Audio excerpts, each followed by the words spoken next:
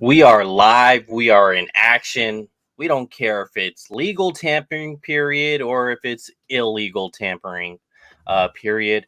Jay and I are here with you for Zaddy Ball. I love it. Zaddy Niners. Zaddy Ball it is? Zaddy Ball.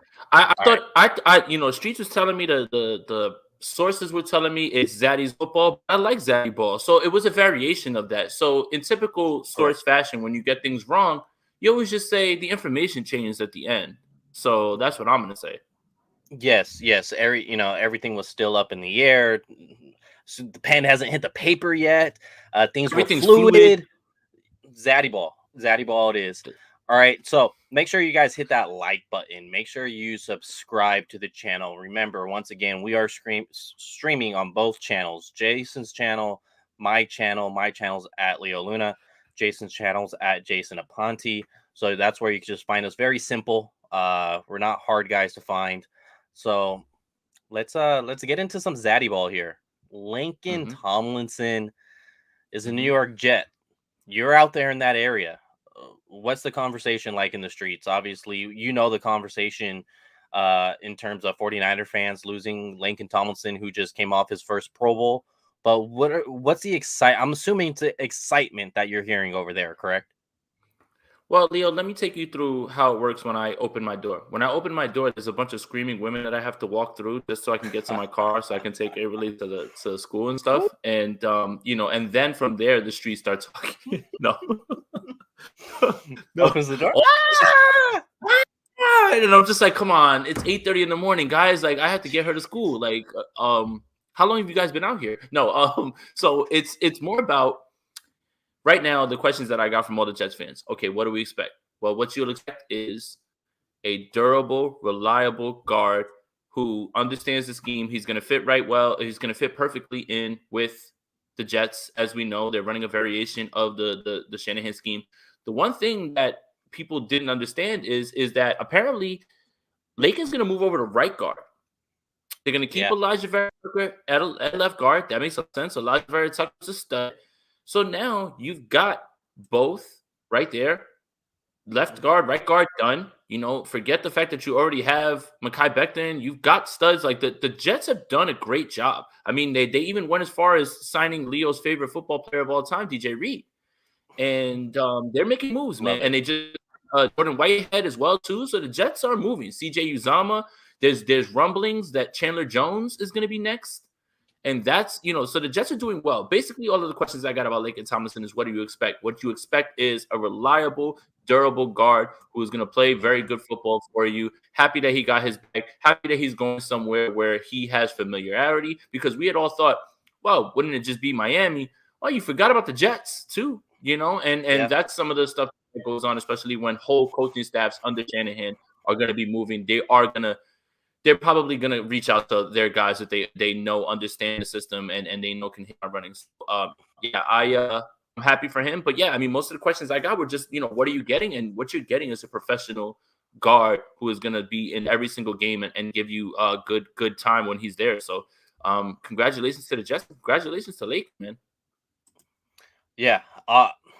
reliable. That's the biggest thing with Lincoln. It's, he's not the best guard in the NFL. He's not a top 5 guard in the NFL. Maybe he's a borderline top 10 guard in the NFL. But the most important attribute is ability, availability, and those are 2 things that you put with Laken Tomlinson. So yeah, Niners don't retain him. It sucks, but it's not like they're losing a Trent Williams. I'll say that. They obviously built for this move by taking a guy like Aaron Banks last year, who was a left guard in college. They tried to transition him to right guard because you ideally think that Laken Tomlinson, we want to re-sign this guy. But the reality of the situation was Laken Tomlinson outplayed the budget that they put for Laken Tomlinson. So he made himself a bag, and the 49ers are now prepared to move on with Aaron Banks. As Matt Mayoko said, Aaron Banks is set to be the start. Like, it's his job. Now that depends if he just completely blows it, loses it, whatever. I'm not going to have that discussion. I'm going to give the kid the benefit of the doubt. And as of today, I'm going to say it is his job come week 1. Alfredo Gutierrez. Ooh, that is someone I would like to see this guy on the active roster. Big body. He's from Tijuana. I'm in San Diego. We're probably like 15 minutes apart. Literally, it takes me 10 minutes to go to the border. Wifey was there just this past weekend. And if you guys are like, stats, Rob, our producer at Niners Nation, he had no idea that there's like Mexican Doritos.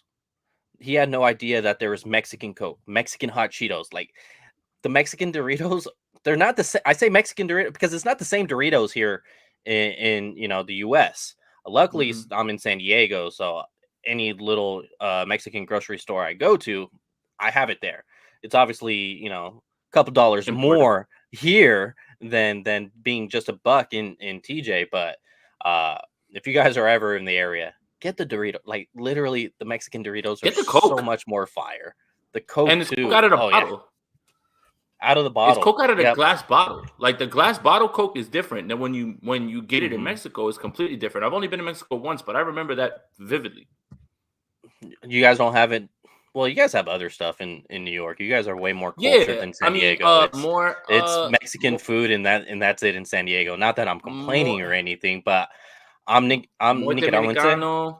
So more Dominicano, more Boricua, like that type of stuff up here. A little bit further up, like that's the type of stuff that we have. Like we have the Mexican beer and stuff like that, but sometimes Presidente is really big, like up here or whatever. That's a big Dominican staple. Like they want that shit frozen, like when they drink it. They want it like literally when you open the bottle and you're sipping, you should have ice coming in with the beer. That's how cold they want it, and that's something that I learned over here. Yeah, that's dope. So something I just learned that the 49ers are going to draft me this year. So I'm excited for that. I'm looking forward to it. I can't wait to hold up the jersey. What if it's Pasquini? Irrelevant. What if it's Pasquini? No, my guy's relevant. You got to show. You got to short. I didn't. He had a but you got to shore up that quarterback room. You got to shore up that quarterback room now. It's just Nate Sudfeld and Trey Lance at this point. I mean, wait, it's Nate Sudfeld, Jimmy Garoppolo, and Trey Lance. Sorry, couldn't resist. Thanks. What? It is. Matter of fact. Can we talk about that? Can we talk about that? Sure. So once the Charvarius Ward deal came in, I was like, I give Jimmy 24 hours. I give him 24. To me, it's when you see that deal come in, $40 million is the deal that it's up to. What was it? 3 years. And then it's just like, okay, 24 hours. You come Wednesday because that's when things could be signed. Everything right now is a handshake deal. It's basically like I text Jason, be like, hey, can you pick me up on Wednesday? And Jason goes, yeah, I got you. It's not official until he picks me up on Wednesday.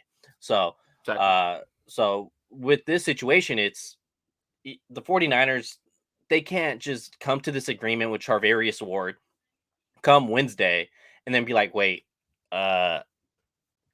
we broke. Like, I'm sorry, we can't pay you.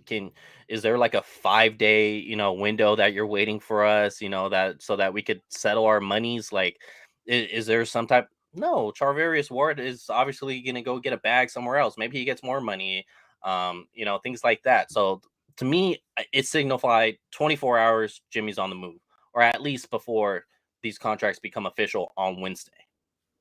Right. And that's the thing is everyone's like, well, you need to be patient. No. It's not about being patient.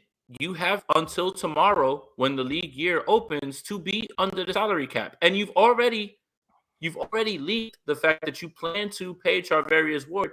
Now, we found out today that D Ford had some money moved around. But if something doesn't happen, then the 49ers have to restructure, extend Jimmy Ward, restructure Eric Armstead, try to restructure Samson Ebukam, and then still you have that $20-something million that's going to be sitting there that you can't do anything with. And by the time day 4 of legal tampering, whatever, there's going to be no one left. Yeah. There's going to be no one left that are impact players. So this is really getting awkward more and more that we're getting closer because all 49er fans really want at this point, I think they've given up the dream on getting picks because so many will tell you that the draft is a crapshoot at this point and picks don't matter. I think 49er fans are really keyed in on the fact that they want the cap space. And that's really what it is more than anything. It's if you get that cap space, you sign Ward, that becomes official, you still have money to go get Stephon Gilmore. You still have money to go play around and get other players. Mm-hmm. So for everyone saying, oh, just be patient. They're playing the week.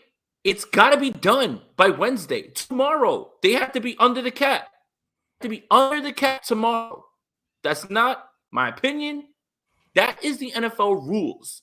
You have to be under the cap. And right now, currently, the 49ers are still about $5 million over the cap because of what they just saved with D Ford. Because that Ward deal is not official, and everything else seems to be in place. So things are going to get weird. Yeah, they can't even sign Burks, the special teams linebacker. They can't even sign him. How did I forget? Yeah, so it's like Oren Burks out of the Green Bay Packers. He was a former 3rd-round pick, but he's a special teamer.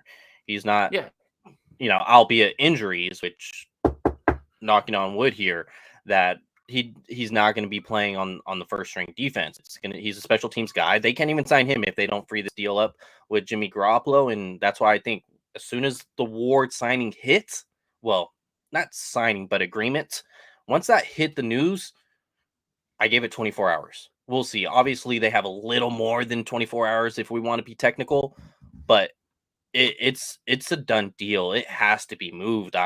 You can't tell Charvarius like, hey, it's Wednesday. I know you could sign now, but give us a couple. No, you look like a SHIT show if you want to go ahead and do that.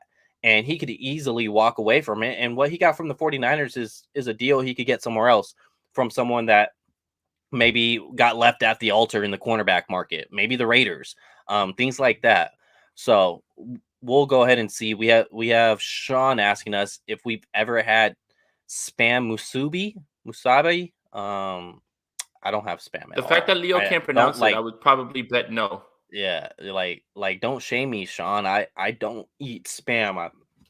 I hear a lot of great things about it. It's just not on my menu. Spam is straight. I mean, as a single man who lived alone for many years, spam is great. Spam is great, man. Especially when I was younger. What do you do? I lived by myself.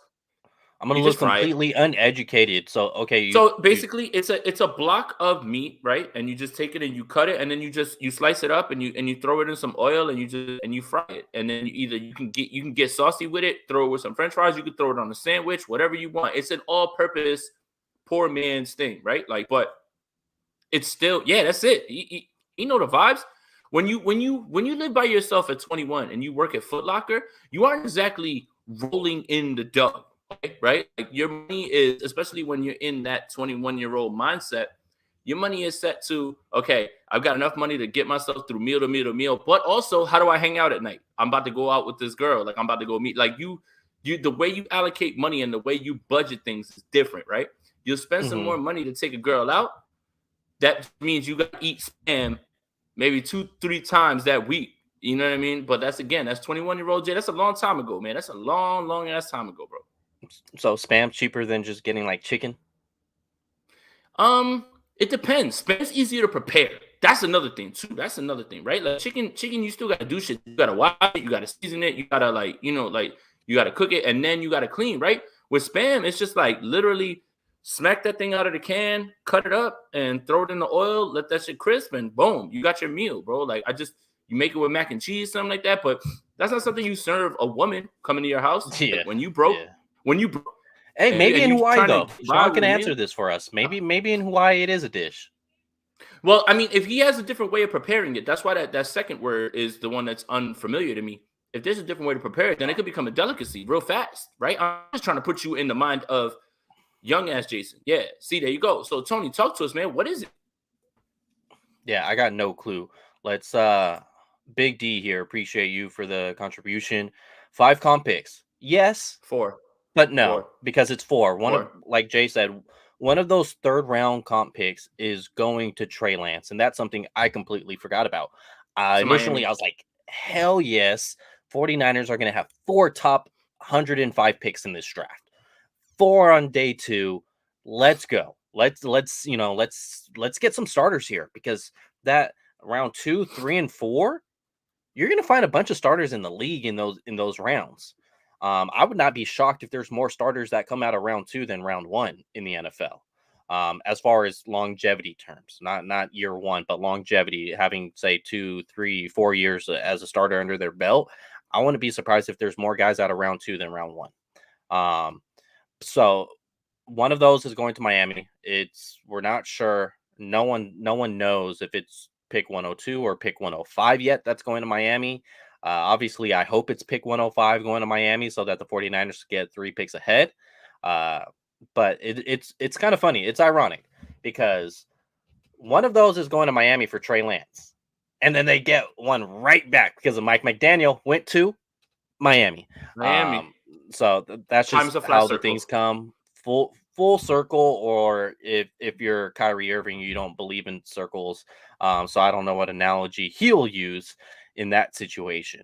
Please don't talk about Kyrie right now, because I found out that certain Yankee players are also taking his stance, and New York City is not backing off of the fact that if you don't have the shot, you are not going to play. One of them, being the best player on the New York Yankees, also today has revealed himself to say that he has not also taken a shot, and he may miss 81 games of an 162 game season.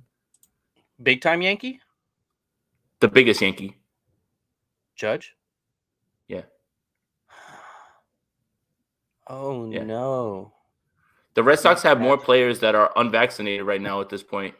They won't be playing Toronto, but you play in New York, and New York came out today and said they're not lifting any sort of mandate when it comes to that. It is what it is. Either get the shot or you're going to miss 81 games. Wow. Okay, that's different. Let's take a ball. Yeah. I was going to ask you, so how do you feel about Aaron Banks going in for Lincoln? When you think about natural position, what's the vibe? What's the initial what Jay vibing? When you hear natural position, the optimist in me lights up, right? And I think that, again, I've had this discussion many times. People think that it's so easy because you play left guard, switch to right guard. You are literally talking about the difference between playing offensive line and playing safety. Not the same thing at all, right? Different techniques, different protection schemes, all of those things are different. Now you're talking about sliding a guy right back into his spot. This sort of feels like what the 49ers were trying to do the entire time. Was Aaron Banks redshirted because he wasn't good enough to beat out Daniel Brunskill, or were the 49ers anticipating losing Laken Tomlinson and saying, hey, plug and play guy right away, put him right back at left guard? That's what makes things funny. In hindsight, when we start to get all wrapped up in how we thought and our thought process in certain times, and we're hypothesizing and things like that, it kind of comes out funny because it's all right there in front of you. He played left guard at Notre Dame, right? He moved over to right guard. He played a little bit, didn't work out as well. It's not as easy as you all think it is, right? Just because you played left tackle don't mean you can play right, and vice versa, and the same thing. It's just funny how maybe the 49ers were ahead of the game with the Aaron Banks thing. Everybody says, hey, you draft him that high, you need to be plug and play. And I was one of those people too as well. Like, I need you to be an impact player. But you know what you're getting, right? And you know that, hey, Laken's going to be here. He's going to be fine. And if we lose Laken, boom, we got his replacement. So now I think we kind of have to reevaluate the way that we look at this Aaron Banks. The optimist in me says that I love this because it seems like this is part of a plan, even if I question that plan along the way, which seems like what we've been doing the entire time with the 49ers. Every time we're like, what the hell are they doing? After a few weeks or months or maybe even a year, you're like, oh, okay, that's what they did. That's what they were doing. That makes sense. Mm-hmm. Nobody will understand the vision until you see it clearly and the picture is painted. So I think that I'm fine with the Aaron Banks thing. If they like it, I love it. And if that's their plan and they're going to move ahead with that, then I think it's great, especially when you talk about natural position for Aaron Banks. So I'm good with it. Do you agree with the 49ers got to at least get a veteran, whether it's the left side or right side? I had a conversation with Javi yesterday, and I told him, I was like, yo, what about what's his name over there in the Giants? Why am I blanking on his name right now? You said from the Giants? Yeah. Will Hernandez. Will Hernandez. There you go. I knew it was an S at the end. So Will Hernandez. I said, hey, yo, what about? That's spam? Mutai, that's sushi. Yeah, that's sushi. Yo. Oh man, I'm with it. Oh, you're gonna make that at home on a date? I bet you would. Spam with white rice, Filipinos. Oh man. You guys are all on Twitter going crazy with this. All right, yeah, hell yeah. I'm definitely gonna try that. Absolutely. Up here, there's a place called Mama Sushi that it's all Dominican sushi. So you can literally get a plátano on the sushi and everything. I'm in. Yeah. So now we know. Thank you guys. Well? I appreciate it. I'm in. I actually made plátanos last month. Damn. All you got to do is like. Are you okay, Leo? If you come up here, if you come up to the East Coast and you go out with me to Washington Heights, you just need to be okay with hookah smoke being blown all over the place and all over your food and just in your face. Like, are you okay with that? Like, I need to understand that first. I mean, hookah doesn't smell, so it's still smoke and it's still coming out of someone else's mouth. Like, it's just like right now in the COVID times, I would be like, yo, like. Get that out my face, man. Hey, yo. Like, hey, yo. But it's, we'll see. It's actually really good. It's different when you're in the moment. I could say whatever the hell I want now, and then I'm really in the moment. That's really good. Shout out to all of you guys. That's it. What's it called? Oh, Will Hernandez. So how I was looking at it is, this is weird. This is why I hate analytics. Because when you look at analytics, you go, Will Hernandez is probably parallel to Laken Tomlinson. He gave up less quarterback hits. The numbers were strikingly similar.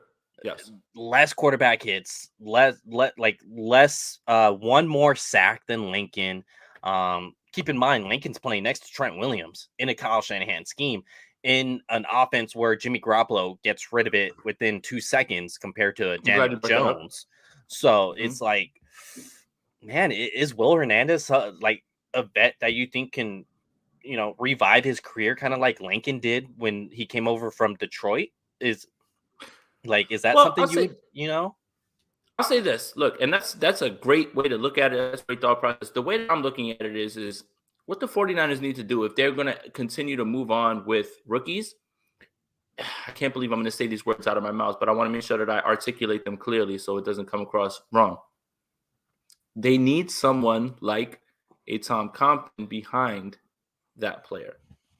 Look, yo, listen to what I'm saying, though, Leo. Listen to what I'm saying. He left. All right, well, either way. Look, what I mean by that is knows the scheme in a pinch. If he pushed into duty, you know that you're fine with that as well. No matter how much I bitched and yelled and kicked about Tom Compton, I can't argue with the result. And most of that has to do with the fact that Shanahan is so good with hiding deficiencies across everybody. Imagine being Kyle Shanahan and saying, I've got to hide the deficiencies of Jimmy Garoppolo and Tom Compton and this guy, and he's still finding a way to do all of those things. But what you need is a guy who's reliable on the back end, just behind him. A guy who maybe has been kicked around the league a bunch, just like Tom Compton, who will just be there just in case. A break in case of emergency type of guy. So that's what I mean when I say Tom Compton, right? I thought Tom Compton would wash out of the league. Here he is. He's 2 years being on the 49ers, and look at the job that he did at right tackle. Even me, the guy who bitched and yelled and kicked all over the place about it. Look how wrong I am. So again, you don't have to see the vision or you don't have to understand it right away. But I feel like if you're gonna go ahead and roll with Aaron Banks, you have confidence in that because it seems like you did, and you let Laken Tomlinson walk because you believe that he can be that, and that's great. But you also need somebody on the back end who can provide more confidence in case. Okay, with Will Hernandez, we're probably looking at a right guard. They have yet tendered Daniel Brunskill. So if they get Will in the 5 to 6 range, that small market for considering the position and what some of the other guys are making, like Lincoln, that's a cheap deal. If they're able to get that, if you're able to sign Will Hernandez, do you tender Brunskill, or what do you do there? It's starting to look more and more like it's going to be Brunskill back, and I'm okay with that. I am. I think the bigger question is just going to become who's next to him right tackle. Do you want to roll with the idea that McGlinchey is going to be there? And from the way that John Lynch escaped my question, let's just say 49ers.com escaped your question as well. Let's just take John Lynch's quotes and just say, I'm going to believe that. He's ready to go. He's rolling. Fine. Let's just say McGlinchey's 100%. I'm with it then. I'm fine with that as well. But if he's not, Tom Compton's cracks started to show later in the year. The Green Bay game and the Rams game were a masterclass on them understanding, okay, we're going to attack this guy, and we're going right after him, and they did, and the cracks started to show. You can only so it is a rap song. I forget what it is. It's only so long fake thugs can pretend. It's only so long you can go ahead and just keep hiding a guy, right? Like when you find out what he really is. So Tom Compton in the playoffs. Right. That's what I'm saying. Like it's who's on right tackle, right? Like if you're able to get McGlinchey back and you're fine with that, and he's back. If McGlinchey is back to being who he was, and I don't care what you guys think about past pro reps or anything like that, because Tom Compton was getting his ass beat the same way, and he was still number one in run blocking, just like McGlinchey was. But all of you guys were like, "Oh well, look at the drop off. It's nothing really. I'm good with Compton." No. That's not how it works. Don't hold the draft class thing up with me. Like, understand that this is part of the way that they want to do things, and they want to and how they want to operate. So, Smith B, shout out to you, made part of the Spicy Squad. Let's go, man.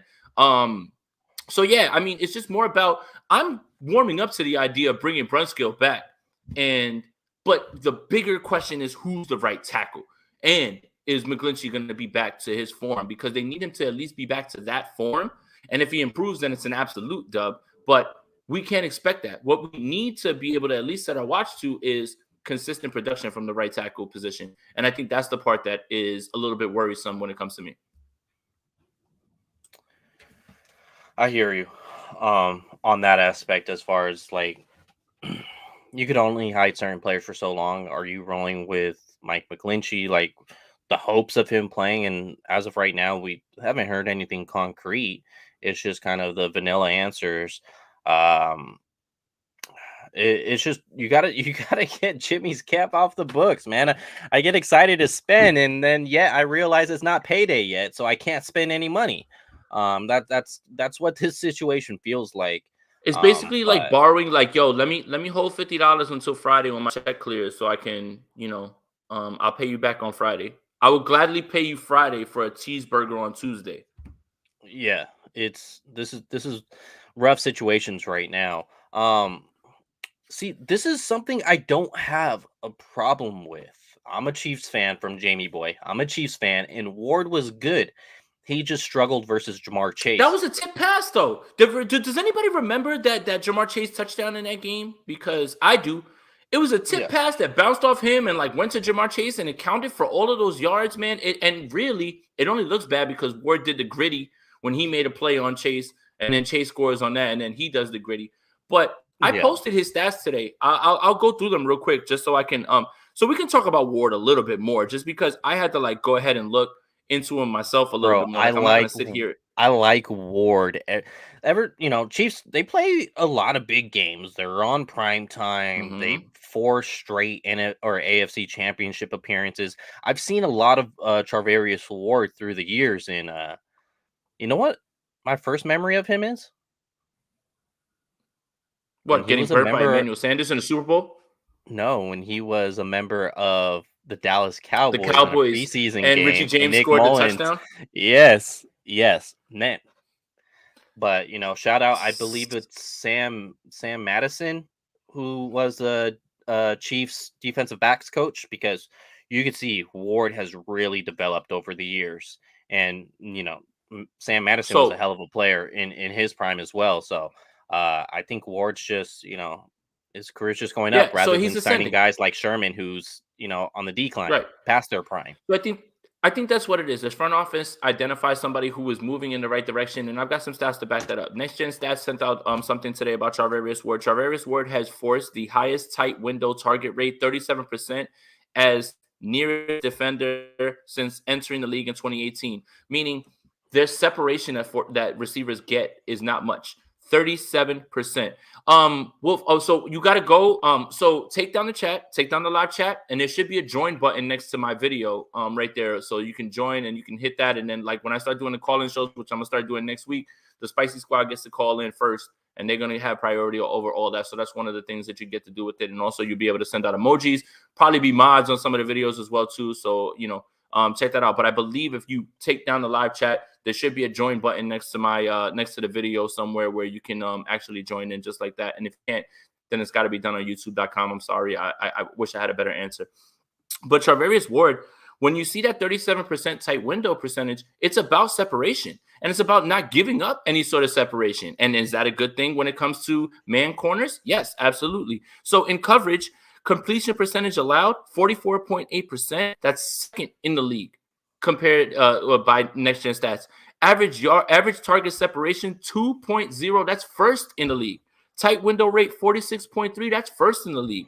Coverage success rate, 64.2%. That's fourth in the league. Targeted EPA allowed. We love that EPA stat around here. Negative 12.0. That's 11th in the league. I mean, like, these are all things that, I mean, if you wanted to fit your narrative, this is fitting it right now. And I've got just one more real quick stat that I can pass across. These are the yards allowed by Charvarius Ward in 2021 per Pro Football Reference. 67 to the Browns, 42 to Baltimore, 12 to Tennessee, 55 to the Giants, 14 to Green Bay. But obviously Aaron Rodgers didn't play in that game. That's why I made sure to note that caveat. That was Jordan Love. 28 to Las Vegas, 40 to Dallas, 19 to Denver, 35 to Las Vegas, 27 to the Chargers, 21 to Pittsburgh, 106 to Cincinnati. But how many of those came on that tip pass to Jamar Chase? And then 45 to Denver.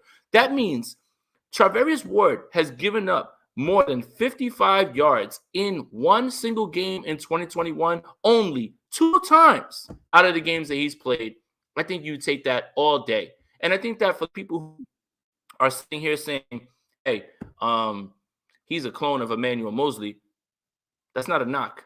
Emanuel Mosley was really good. Imagine having 2 Emanuel Mosleys, guys that you know are solid. Please. And they're going to be like, I don't see the problem with that.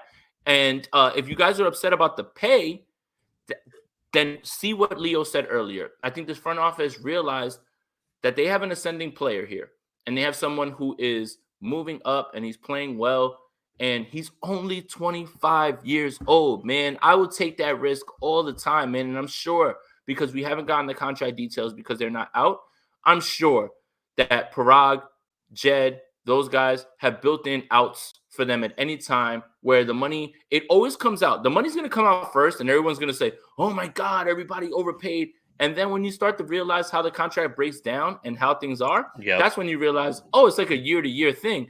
That's why there's a portion of this league that doesn't want to negotiate with the 49ers, because they always come to the table with that. So, and also, I still expect them to bring Jason Verrett back.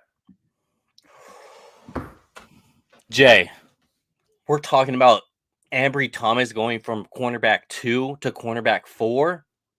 Like, what does that do for this team? See, like, saying, you want an upgrade at cornerback 2 does not have to be a knock on Ambry Thomas. It does not have to be a negative statement on Ambry Thomas. Think about it from a team building perspective. Is your team better off if Ambry Thomas is cornerback 2 or cornerback 3? I think that answer is itself. And then I'll also say, if Emanuel Mosley and Ambry Thomas are your 2 corners, and then the rest is whatever it is, What happens if E-Man has to miss 4 games? Who plays opposite of Ambry? What if Ambry has to miss 4 games? Who plays opposite of E-Man? That it's a trouble situation you don't want to be in because they were just in that situation this past year.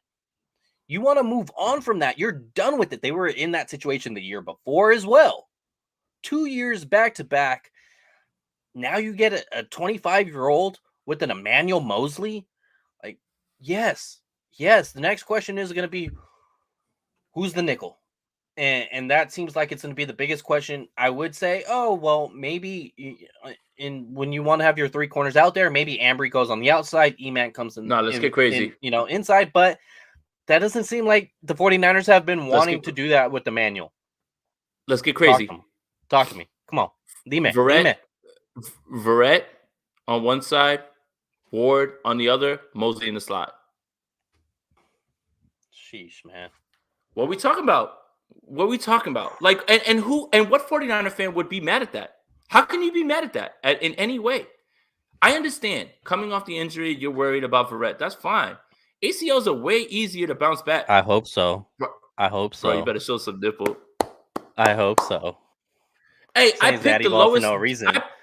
I picked the lowest denomination for that reason. I mean, I got the Patreon and I got other stuff for all of that or whatever, but the $2.99 was just easy for you guys, so you guys could get special access and you guys could join in the call shows and everything. No, man. No, man. Send them donations, man. Run them donations up and we'll see what's up, man. Yeah. If you expecting that, it's gonna go up to $10.99. For sure. Oh my God, please. Like, see, I think a lot of people have the trouble with running it back with Jason Verrett because of the injury concerns. You run it back with Jason Verrett, he gets hurt. It's basically the same scenario of Ambry Thomas and Emanuel Mosley as your one. And he won't cost anything. It's the same. But now, Mark hit it right here in the comment. It's insurance. Boom. Jason Verrett stays healthy. Great. The insurance came through. But like some of the fine prints, if he's not healthy, the insurance didn't come through. I'll tell you what, I would rather have Jason Verrett as my cornerback 3 than Ambry Thomas. Like, no shade at Ambry Thomas. It's just, from what we saw on film, he was out of position a lot of the times in zone. Whether he was getting crossed up by these routes to where the 49ers felt this need as well. It wasn't just, me saying this out of the side of my neck. The kid can grow. Obviously, Emmanuel's on the last year of his deal. And this is the thing. A lot of people said Charvarius is Emanuel Mosley. What do you think Emanuel Mosley gets on the open market? Probably the same deal. That's what these players are worth. That's the worth. The 49ers were just lucky enough to sign Emanuel Mosley to a 2-year deal the season before. But if Emanuel Mosley was a free agent this year, he would have got the same deal. So let's stop the cap. Hey, the cap, stop it. It's a big cap. It's the biggest cap. It's like when I used to wear those big fitteds back in the day when I used to Harlem Shake and wear those oversized tees. That's the big cap. That's the biggest cap. See, I'm all about lids. You feel me? Like, I got the membership. I'm all about lids, just not the cap. Ah, damn. Yo, Leo spitting, man. I mean, Leo, if this I was about to say, man, this Zaddy Ball episode is off the chain. Yeah, but I mean, if this 49er analysis thing don't work out, you might have a career in spitting bars and maybe writing for somebody else, man. I mean, maybe writing. I can't do it myself. I'll be way off. That was off top. There's plenty of people who could write and can't rap. There's plenty of people who rap and can't write. So there's a market for both. We haven't talked really about DJ Jones. How much is this going to hurt? A lot. I mean, you're losing the number 1 run defense nose tackle in the league. But again, I know you guys don't want to hear this. The confidence the 49ers have in someone to step in. Javon Kinlaw. He said it. Javon Kinlaw. He's lost some weight. He's back in the building. This goes to tell you what they feel about them. So again, the optimist in me, because I don't want to be negative. No matter how much you guys try to say that I'm negative, you know that I'm not. You know that I'm an easy, happy-go-lucky guy as long as the 49ers aren't losing games in horrible ways so I don't yell after the game. But Javon Kinlaw, man. I mean, even when Javon Kinlaw was largely ineffective in the eyes of 49ers fans because they expected him to come in and be the sack master, he was amazing in run. He was amazing in run defense. And whether he's making the play or swallowing up two double team, he's doing his job. So I think, again, look, it's good to have that rotation. And much of what the 49ers were able to accomplish this season was based on how deep their defensive line is. But if Javon Kinlaw is anything than what they believe, and Brian makes a good point, Mo Hurst is coming back. They brought him back as well. We don't know what's going to happen with Arden Key because it doesn't seem like he has a wild, huge market. Again, there are big names still out there in free agency right now. So while you yell at, like, oh, aren't you doing anything? Allen Robinson is assigned. Chandler Jones is assigned. Like, there's plenty of, like, ballers out there. Like, not just serviceable players. We're talking about the top at their position that are still out there. It's going to take a little while. Ben. And that's it. Talk to him, Ben. That's it, Ben. Talk to him. And I'm happy that DJ got a bag. And that Denver defense is gonna be dominant, man. Oh my goodness, man. They have a squad right now at this point, especially when you put him in there. So happy for him, man. It's a big loss. But again, the 49ers felt okay with letting him and Laken walk because they have natural fits into those positions. Now it's up to you, Javon Kinlaw. The spotlight is yours. The stage is yours. That spot is yours now. Go get it. And make your mark. So DJ Jones is a huge loss. He was a valuable player within that defense. He was the number one in the NFL in terms of run stop percentage. And you look at the top of the list, you see guys playing 16 games, 17 games, and they're up there. No, DJ Jones was number one playing 20 games. That means he was completely consistent all throughout the year. Didn't go have a completely terrible week and make it up with an insane week. No, he was consistent week in, week out. And that's what they're going to miss with DJ Jones is the consistency because we haven't seen that from Kinlaw yet. We've seen the flashes. We haven't seen the consistency. We've seen flashes from Mo Hurst throughout his career, not just as a 49ers player. But he's another guy that's better at stopping the run than essentially being a pass rusher from the inside. Oh, they also have Kevin Gibbons. Let's not forget about that. They also have Kevin Gibbons. So they have three guys. I don't know where I got five from. They have three guys. Oh, I know why, because I was going to say five guys. I was thinking of food. Yeah, I love food. So they have the three players, Kinlaw, Hurst, as well as Kevin Gibbons. The depth is still there. Yes, you're losing the number one run stuffer in the league, which he was a big piece on why they were so good against the run. But if this season's a little different, and if they're ahead of other teams a little more than they were this past season, maybe the stopping the run's not going to be as important as it was this year. So if Trey Lance is able to develop and the 49ers get back to averaging about 28 points a game, maybe you're having the focal point is stopping the pass and not stopping the run. This past year, the woes on the offense, it was about stopping the run on defense. That's what kept them in these games. They were able to neutralize offenses and keep them one-dimensional. So that helped out the 49ers defense. But maybe that's not the focus this coming year, because they still have the bodies to stop the run. It's going to be at a different level than DJ Jones. But like I said, each game is different. And each year is way more different than the previous year. It's never the same. Never the same.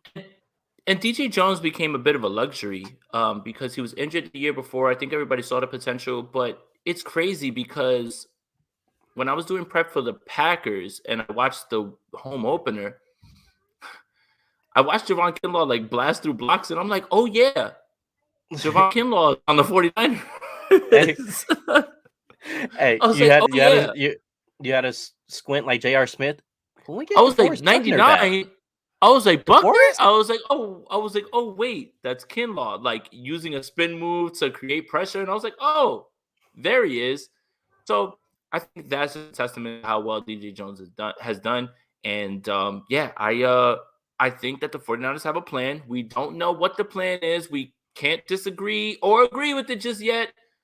But they were prepared. It seems like to lose both of those guys, and they had natural replacements for them. So they're not smashing a square peg into a circle hole, right?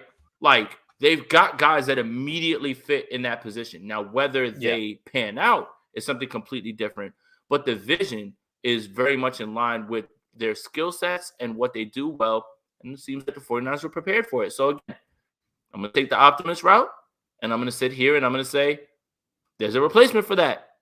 Just got to stay healthy, kid. But if everything that we've been hearing is good about the knee, it's been cleaned out, he's lost weight, he's still a freak. Right now on March 15th, I'm not about to sit here and write off Javon Kinlaw, especially because I want him to succeed so badly, because he's kind of a lot of slander for reasons that are beyond his control. One, he didn't choose himself there. Two, your franchise knew the knee thing that he had going on. So when it pops up, why are you mad at him? Be mad at the people that overlooked that and thought that it was going to be okay and that they were going to be able to get by. So that's what I'm kind of rooting for the kid. I kind of want him to shut everybody up a little bit. Uh-oh. Boom, boom, boom. Charles Hayes. Let's go. Let's go, man. Spicy Squad's getting up there, man. We out here. What do you think this will cost? Remember, he came into the draft saying that he could be Deebo Samuel. Let's play fantasy football for real. For real. I love Visca, man. I do. The 49ers only have 3 wide receivers right now under contract. And it's Jennings, Ayuk, and Debo. Man, I would love to have Visca over here, man. He's one of my guys in the draft.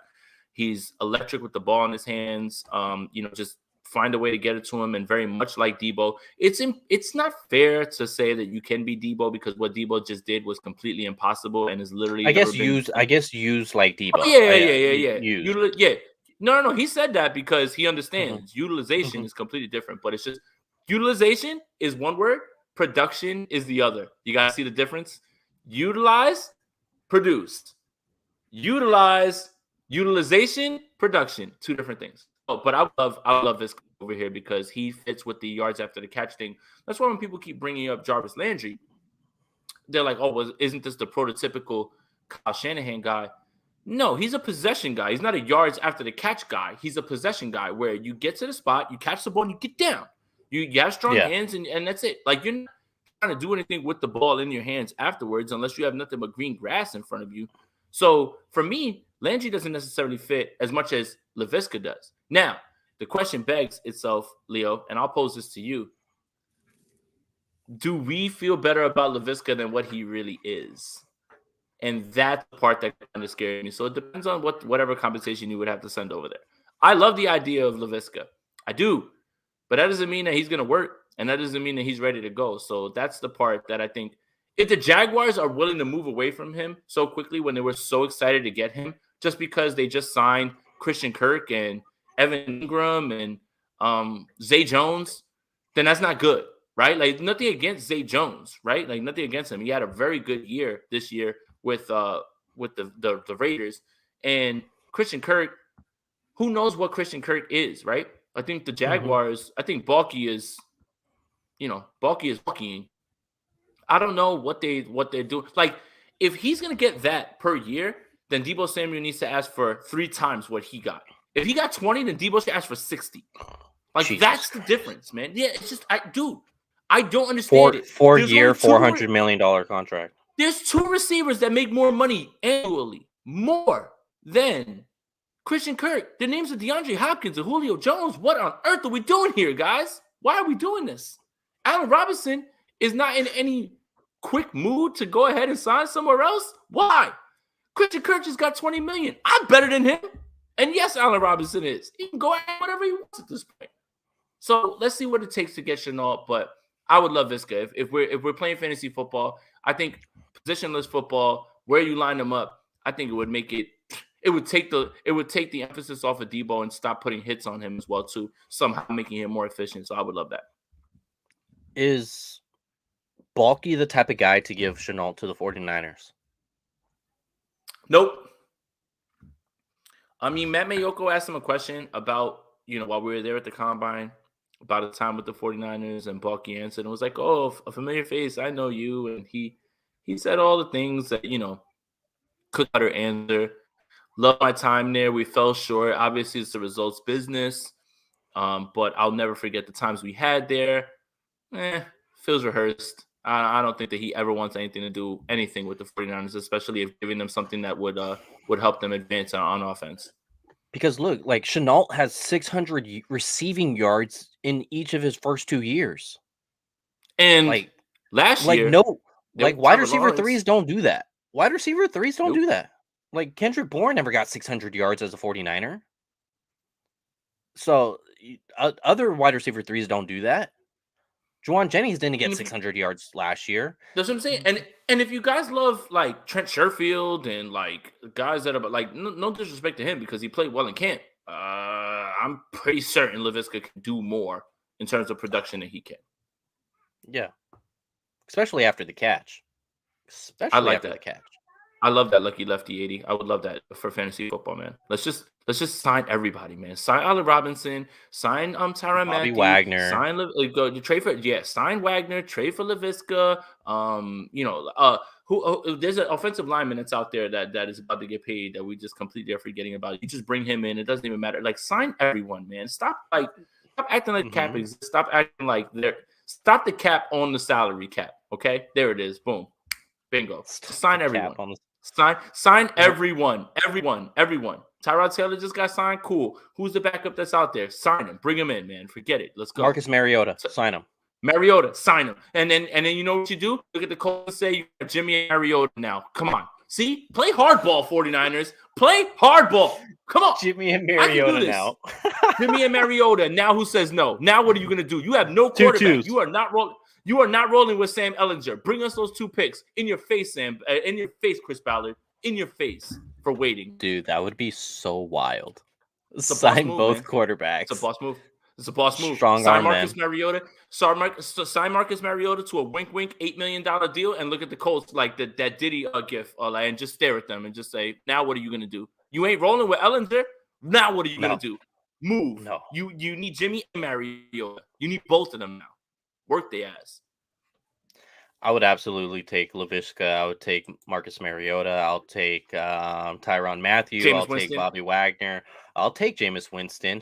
You really want to strong arm the quarterback market. You take Jameis Winston as well, buddy. You do that. It's so crazy how the guys 1 and 2 both free agents looking for a new place, man. It's so crazy how the draft works out, huh? Yeah, quarterback. It's the hardest position to find. But give me Laviska, 600 receiving yards the past 2 years. Put him in this offense.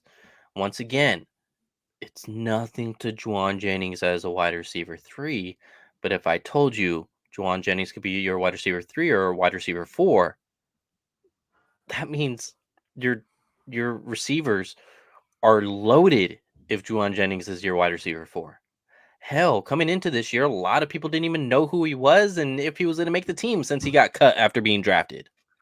Right, so, he was just piddling around. And look, no disrespect to him, but he's more of a possession guy too. Like he's not a yards per catch guy unless he's got guys right in front of it. Like, he's got nothing but green grass in front of him. But he's gonna be a guy who gets to the sticks, throw the ball. Like he's the new Kendrick Bourne. 3rd down in the red zone. Like you weren't asking Kendrick Bourne to be yards after the catch. You were asking him to be reliable. Mm-hmm. So, Mitch, I get what you're saying here in terms of the 49ers have no. Warner. Leo, they don't need Wagner. Leo, like, I get it. No, let me answer one. Mitch, appreciate you checking in. Appreciate you in the comments and everything. Football doesn't need common sense, knowledge, anything like that, right? And I'm putting you in the mind of 49ers Twitter right now, right? This is what I'm doing. You sign Wagner, you sign Jameis, you sign Mariota, you sign O.J. Howard, you sign Tyrann Mathieu, you sign Bobby Wagner, you sign Chandler Jones, you sign them all. You know why? Money doesn't exist. There is no salary cap. It doesn't matter what your plans are. If I was a general manager, I would simply sign all of the best players. And if I was a head coach, my team would score the most points. If I was a quarterback, I would never throw an incomplete pass. It doesn't need to get as hard as you think it is.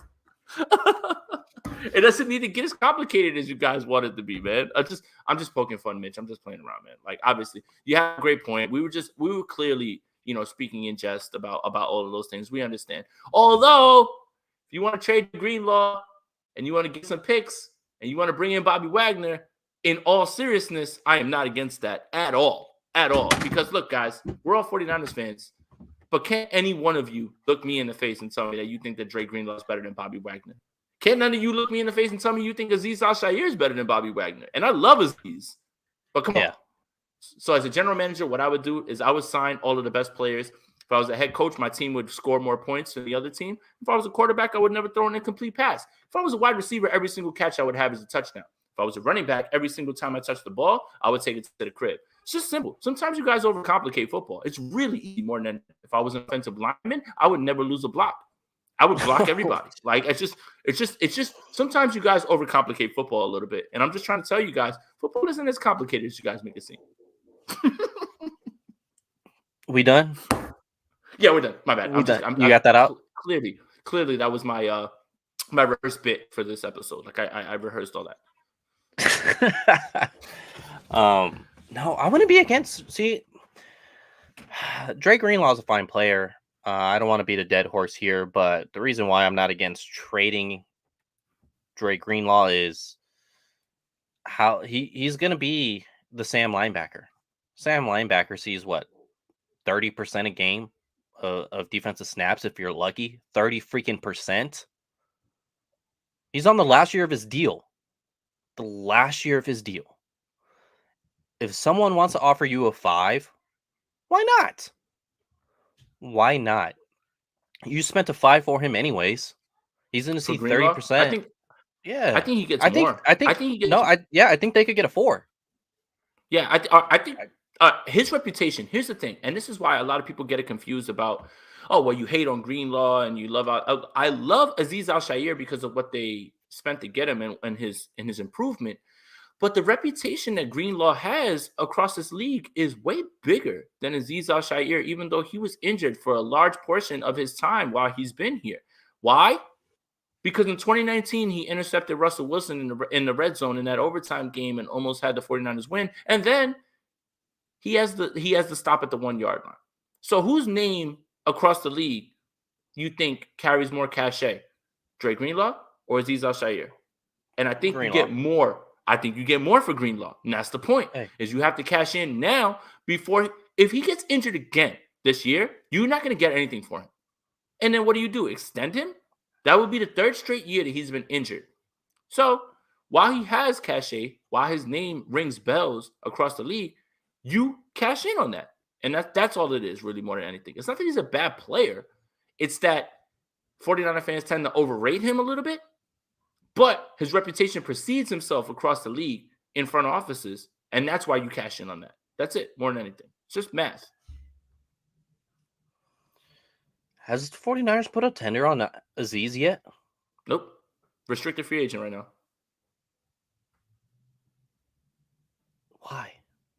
Why? I don't know. I mean, we're gonna see. We're gonna see what happens. Like, are they gonna have someone compete, send an offer because they'll be able to match? They'll do something, I'm certain. I mean, look, when you look at the 49ers defense, they don't have 3 linebackers on the field, right? They'll run 5-2-4, 4-2-5, right? Like, it's different ways to look at it. And that's the thing is, it's good to have that depth, but there's a good player who's not going to be playing for the most of the time. And is that depth worth not being able to cash in and maybe fill in another spot? Demetrius Flanagan Foles is coming back. That's not everybody's favorite 49er, but he's a linebacker as well too. So it's just going to become interesting with what they value, right? At this point, do you say if Azeez Al-Shaair gets a really good deal, hey, we'll let him walk. We got Greenlaw. Okay, that's not a bad plan. I mean, it's not bad to run with both of those guys at all. I personally prefer Azeez Al-Shaair, especially when it comes to run defense. But yes, it's a good problem to have. it's a good problem to have. So. Yeah, it definitely is a good problem to have. And just talking about Drake Greenlaw, lastly, he had one game over 50% of the defensive snaps last year. One game. So to me, that's a huge red flag. If the market there is for a fourth, why not? I always say, well, what if you get LaVishka for a fourth? Is that the price tag? Who knows?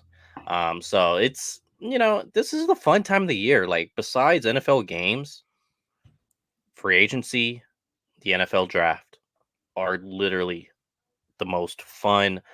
You go, I want A, B, and C player in free agency. You go, I want A, B, and C player in the draft. Like, we're all GMs right now. We are all building the San Francisco 49ers. Whether they want to pay us for it or not, that's a different discussion. But right now, we are the general managers of this team. Live in the moment, have fun, don't get mad. Like, this is fun. Let's not, don't tear each other's souls out just because they don't agree with your take or you don't agree with their take. Let's have fun. Leo, now that we're at an hour and I've got to wrap up because I've got to do some daddy duty real quick. I just wanted to inform. Zaddy duty. No. Zaddy duty doesn't happen until that's after hours. Late night. Yes, that's late night. Okay. Daddy duty still goes on. Got you. I wanted to let you know that Spider-Man No Way Home is now available for you to purchase on digital HD on any platform, anything that it is that you want to watch. Once I get off of here, will be purchasing it so I can watch it one more time. I just watched it. Oh, Saturday. I watched it on Saturday. What do you think? No spoilers. Still. What do you think? Amazing. Yeah. I want to watch it again. Like, I'm not the type of person to watch a movie and then watch it again. Like, that's not me. Like, I seen it one time, I'm over it, I'm on my phone, I'm doing something else because I know what the hell's happening. If I know what's happening, why do I want to watch it? I'm wasting my time. So I'm not a watch a movie again guy. But that movie, I gotta watch it again, man. Like, I really do. Yeah, it was great. I'm sure there is plenty of things that I missed. In terms of cinema, within that movie. In terms of references, it's like watching film. Spider-Man, I'm watching film. That's what it is. Are they two show? Like, what's going on? Are they two show? The three Spider-Mans? What the hell are they running over there? Yeah, but like they didn't show me this pre-snap, and all of a sudden, I'm not trying to drop any spoilers into this, but come on. Look, speaking of watching film, I've seen that movie, the newest one, yet. 4 times. My son's 3 months. I can't go. Oh, you definitely don't have 3 hours to square away. No, I don't. No. He's going to start screaming, and then, everyone's going to look at me, get this guy out of here, call security, and... I'll be honest with you, man. I love you. I think your son is beautiful. As his Theo, I would still run to the usher and ask you guys to be escorted out if we were watching Batman for the first time. Get his ass out of here. First of all, pause the movie and get his ass out of here because I don't want to miss anything. I'm sorry. Do the whole one. Yeah. What is that? Who brings a baby?